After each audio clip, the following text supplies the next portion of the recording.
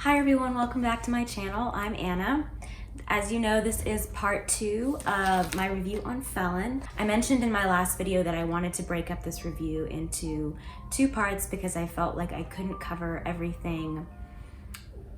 I couldn't get to all of the points that I wanted to get to in one video, at least not without scaring people with like an hour-long video. I'm going to go over the things that I didn't get to cover in the last video, namely some of the specific poems that I want to talk about, the redacted poem project, and then the very last poem in this collection. So without further ado, let's get into it.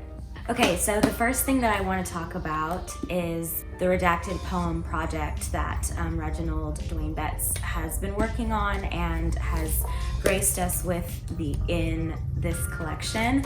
I'm going to show you what some of them look like. So he basically takes articles, and we're going to discuss where they come from, but he basically takes these documents and redacts, which is, I guess people would call it blackout poetry, but I'm going to stick with the name that he gave it. So he redacts parts of the document to form a story and a poem for the person that it is about. It's almost like its own form in a sense. I find it to be heavy on repetition, namely because the document does have the same words repeating over and over again, and so he is able to use that to his advantage to sort of reinforce this idea of not only injustice, but the people and institutions that are to blame for the injustice. So over and over again, phrases like the city or the council or the prosecutor repeats themselves over and over again, and then comes the statements of what they are doing or what they are failing to do in regards to the people who are at their mercy. Basically, these documents are focused on the injustice of bail and how there are thousands, hundreds of thousands of people who are in jail cells simply because they cannot pay their bail. Part of his project is in conjunction with a nonprofit organization, which he talks about in the back, in the notes section in the back of the book. I'm going to read a little bit of it because I feel like he says it in a way that I could never summarize. On the redaction poems, the Civil Rights Corps is a nonprofit organization dedicated to challenging systemic injustice in the American legal system. One of its central areas of advocacy and litigation has been the money bail system. Every night there are 450,000 human beings awaiting trial in U.S. jail cells solely because they cannot make a payment. CRC challenges wealth-based detention and promotes anti-carceral alternatives to human caging that are less restrictive, more effective, and grounded in holistic community engagement and empowerment. Their work has freed tens of thousands of people from jail cells, helped to elevate the issue of money bail into the popular consciousness, and is setting a precedent that will forever change the bail setting process in the United States.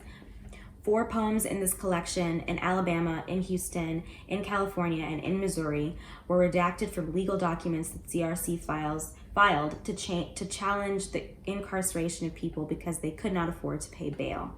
These poems use redaction not as a tool to obfuscate, but as a technique that reveals the tragedy, drama, and injustice of a system that makes people simply a reflection of their bank accounts. So not only did I really appreciate the explanation at the back of like where the documents came from, because I think that obviously legitimizes like the whole project as well, but I had never heard about that organization. I didn't know that stat about how many people are in jail cells every night because of the bail system. Obviously, I'm aware, especially within the last year, of how bad the bail system is, but I don't think I understood sort of the brevity and scale of how many people it affects. So I'm really grateful to Reginald for not only informing, but sort of using that to create art that tells the stories of people whose voices can't be heard. Okay, the The next thing I want to get into are some individual poems that really stood out. So the first one that I want to talk about is called When I Think of Tamir Rice While Driving. As I'm sure all of you know who Tamir Rice is. If you don't know, I'm not going to get into who he is because I feel like we should all know that by now. But this poem is really about fatherhood, as well as the fear that fatherhood brings for Black fathers in America, knowing the history of this country and how protection is not necessarily a luxury that we are all afforded. He states that while he's driving his children, his two sons, to school, he is thinking about the murder of this 12-year-old boy and how his own children, somewhat unaware of all of this sort of grief in the car within himself, are laughing. And the juxtaposition of hearing their happiness mixed with the murder of a boy in his head just sort of was very jarring for him. He has a couple lines that are about activism and protests and civil rights attorneys and how it is lamentable to him that that is how things have to end. He states that civil rights attorneys stalk the bodies of the murder and reduce humanity to the dichotomy of evil, as in how is it that this is the only way that things get addressed, or not even addressed, just in the public eye. It seems to only happen only after somebody has been killed. He worries about his children, he worries about himself, he worries about his community and what it means for them to raise children in this country. He gives credit at the end to the strength of Tamir's parents, who he says do not turn everything they see into a grave. In this collection, I think it's one of the most sort of heart-wrenching poems among a plethora of heart-wrenching poems, but this one really does stand out, at least did to me, for what people experience every day.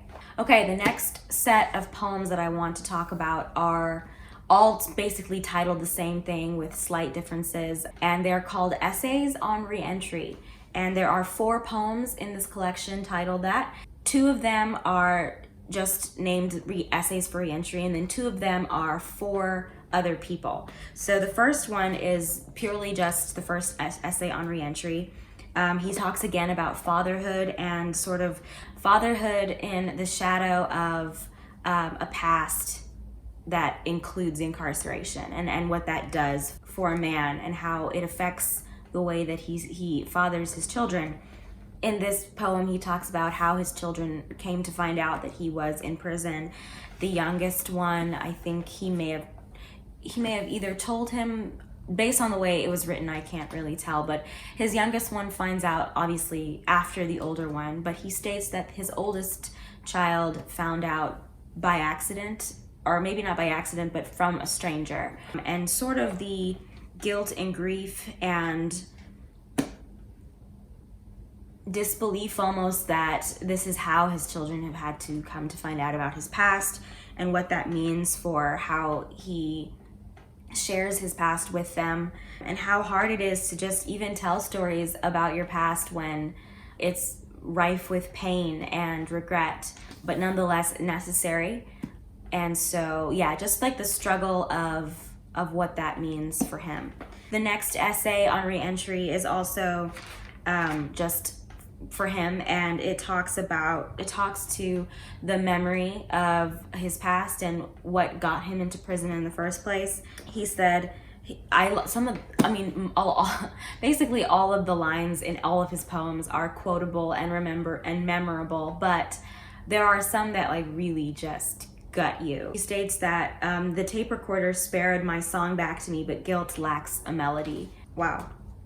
And also he talks about violence and how it's kind of a language in and of itself, but he states that it's strange how violence makes the gun vulnerable when you're afraid. And that blew my mind as well, because we often only associate violence and guns and weapons with, not with fear, but with either power or evil. And so he is talking about the fear that he had, and how, in a way, when you're fearful and you wield a weapon, violence then makes the weapon vulnerable.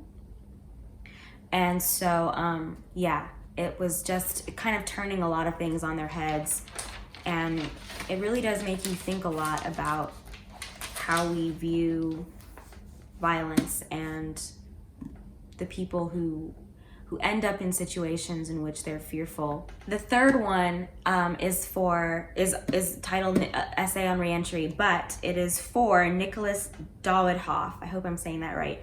Who I looked up because I don't know who that is, obviously. And he is a writer for the New York Times, but also a friend of the poet. And so he had written an article, I don't remember when, I will link it in the description though. He had written an article about Reginald when he became an attorney, and tells a little bit of his story and sort of Reginald's background, but also he's calling out the authorities who are questioning Betts' ability to practice law because of his background. And he's asking, you know, how is it that we are holding this man who has changed so much? How are we still holding him accountable for the character that he displayed when he was 16? Is his position now not indicative of growth? How can you then question a man's growth? How do you can't put a grade or a number or a study on that. You must take the character of a man as it is in the present. And so, yeah, it was a very good article. I read it, and I definitely encourage you to read it as well. But he writes this poem for Nicholas and just talks about identity and how incarceration, how prison changes and alters your identity, not only within your view of your identity, but how others view your identity when you come back to your community, of not being sure once you come back where to land or who you are, and how all of the things that you experienced and witnessed in prison, you just sort of have to not really lie, but like kind of cover it up with smiles and gloss it over as if, well, I'm out now, so I don't have to worry about any of that. But it really does stay with you. And he ends this line, well, the last line has the word haunting in it, and I think that's just so perfect for basically the whole book, in that, or probably one of the themes in the book, is that he is trying to find a way to not let this haunt him anymore. The last line in this specific poem is asking, what do we have a name for something that haunts you? Something like this that haunts you. And so another like blow to the chest for me, because we often don't consider the mental aftermath, the physical aftermath, the identity aftermath of something like incarceration. We just assume, oh, you pay your dues, you get out, and you go about your business, and that's really not the reality on the ground at all. The last essay on Reentry is for three people, for Fats, Juvie, and Star.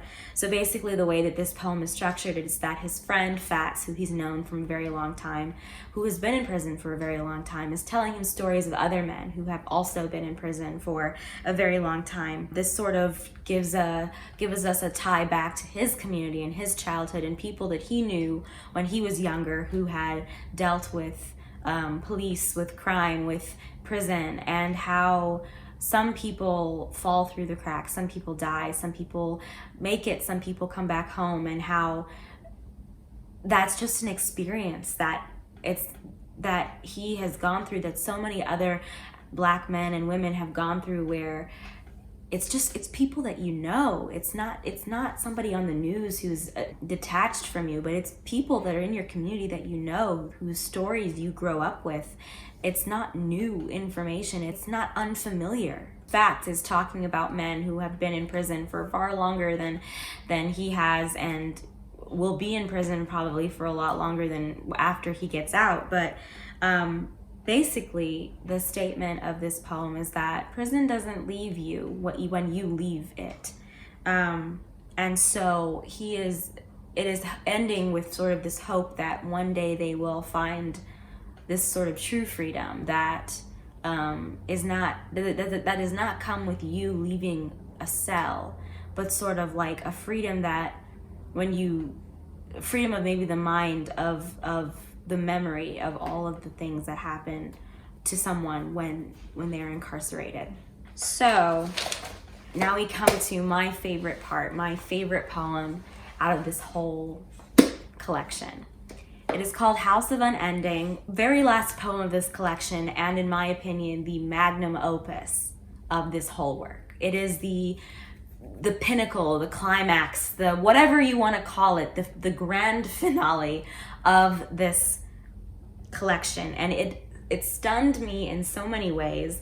Not only because as I was reading it, I was realizing a lot of things at the same time, and it was sort of like, oh my gosh, this is brilliant on so many levels, but just everything about this poem and the way it's constructed and written, just I have not been able to shut up about this poem for like a whole week. You can ask my family. I have bothered them about this poem to no ends, my friends as well. And so I'm still in this moment as I'm making this video debating on if I'm going to give you guys a full review, like analysis of it, although I don't even think I'm capable of like fully analyzing it, but or just letting you experience it for the first time. I think I'm gonna do like a half and half. So I'm gonna tell you about the poem, I'm gonna tell you all of the amazing things about it, but I'm not going to get too heavy into the content because I feel like if I do that, it's gonna ruin it for you, and I don't wanna do that. So let's get into House of Unending. So first of all, this poem is 7 stanzas, takes up 4.5 pages. Each stanza is a sonnet, which let me tell you how I found that out. I was reading it, not aware at all that it was, they were sonnets. I was just reading it. I wasn't expecting a sonnet. And so I got to about maybe stanza 3, and I see that he's been rhyming. And that's another thing. I'm not a massive fan of rhyming poetry. I understand its necessity within forms, but you know, when I read poetry, I'm more concerned about rhythm and word choice. I don't really, rhyming to me has to be done very specifically and very well for me to really enjoy it. That being said, this man's work, this poem has been rhyming the entire time, and I did not realize it. How? I don't know. But I didn't realize it until I got to about stanza 3 and realized, wait a minute, this rhymes. He's ending in couplets. Hold on a second. This is 14 lines. He's been writing in sonnets this whole time. I look through the rest of the poem, and yes, all 7 stanzas are sonnets. So you can imagine like how mind blown I was to discover that like a third of the way through. That is my first realization. The second realization came when I noticed that the last line of each stanza starts the first line of the next stanza. So it kind of reminds me of either a ghazal or a villanelle, both are forms, and I'm not really sure which one because it's been a while since I had to study those, but I feel like at that point he is starting to mix forms together, and that blew my mind all over again. I was having a meltdown at like 2 o'clock in the morning because I didn't know what to do with myself, because how are you that brilliant? How? I cannot. Yes, the 7 stanzas, I as far as I know, are not necessarily, they are all connected because, like I said, each last line starts the beginning of the next line. And also, might I add, when you get to the last line of the 7th stanza, it is also the first line of the first stanza. So it's really just full circle. I cannot express to you how my mind exploded in that moment. I was euphoric. So anyways, I did my best. I tried to analyze all of the stanzas. It didn't really work in a conventional sense of like, oh, this means this, because one, I don't really like to do that, but I like to, I guess, find my own little interpretations as like best I can. Within this poem, I feel like it is sort of like a reinforcement of the themes that he has already brought into this collection. So of course we have identity, we have memory, we have family, we have love, we have intimacy, we have regret, we have religion, we have all of these things that he has given us a taste of in the book, and he sort of brings it all together into this long poem that incorporates everything in one. And I definitely feel like there is a push and pull, this sort of tension, juxtaposition between like his inner self and maybe the self that he projects outwardly, sort of like this conflict between who he knows that he is versus what others think they know about him, and how this may serve as either an explanation or sort of just a declaration of who he is, all of these things in one. And he, at the very last line, he ends with freedom, and how he brings up the notion of how birds are free and they go about their business in complete freedom. They fly away when they need to, they come back home when they need to, all of these things, and how they need no counsel for their freedom, unlike, he says, humans who must complicate their freedom with something like a justice system. That's not a quote, by the way. That's my take. I don't want that to sound like a quote. He said it way better, but that's sort of that's what I got out of it, is that humans have to complicate their freedom with something as convoluted as a justice system, where there is ironically very little justice. And so sort of like the envy of birds, or of flight, maybe even, to find freedom in simplicity, and yet here he is, fighting, looking for his freedom to no avail. He states at the last stanza as well that he thought he left prison with all of his debts paid, but he was told that remorse doesn't cover sins, and he connects his past, his wrongdoings, his sins, if you want to call it that, to a bouquet. It ties back to the first line, which is the sinner's bouquet, house shredded and torn. Last line of the whole thing. And you just have to sit there kind of in silence for a little while.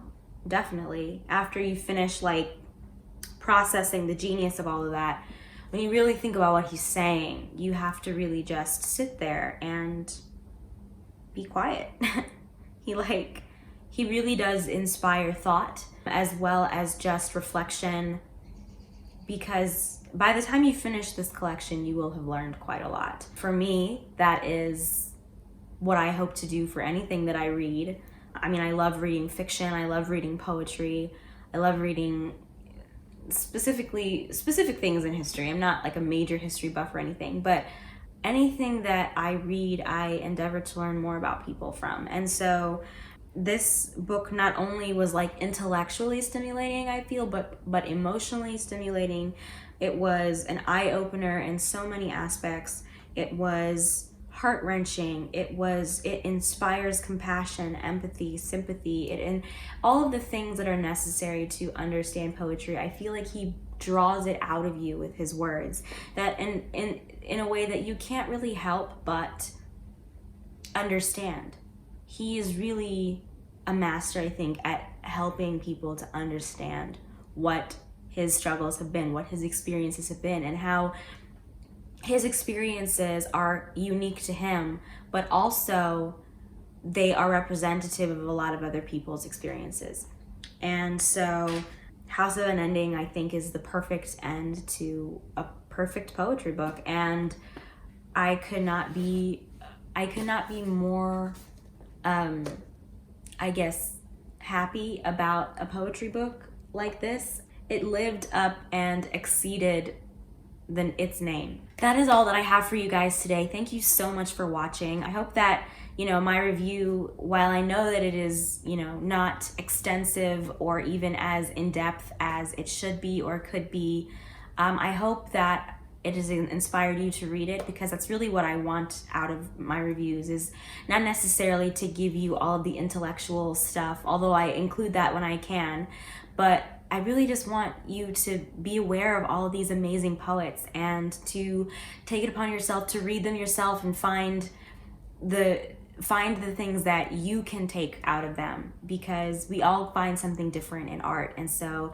if I can inspire you to do that, I will be really happy. And so, yeah, I will put as much information once again in the description about Reginald, specifically the articles that I found from Nathaniel. If I can find any spoken word, I will try to do that. I need to look that up. I'm not sure if he performs. Also, you can follow me on Instagram. I post other stuff about poetry and as well as my own work. So you can definitely find me there. I am, for those of you who have reached out and contacted me about reading your poetry, I am in the process of doing that. It is a slow process, not only because I'm having to read poetry that I'm doing for my videos, but also because I am working and, you know, trying to manage my own life, which, you know, unfortunately takes a lot more energy and time than I would like it.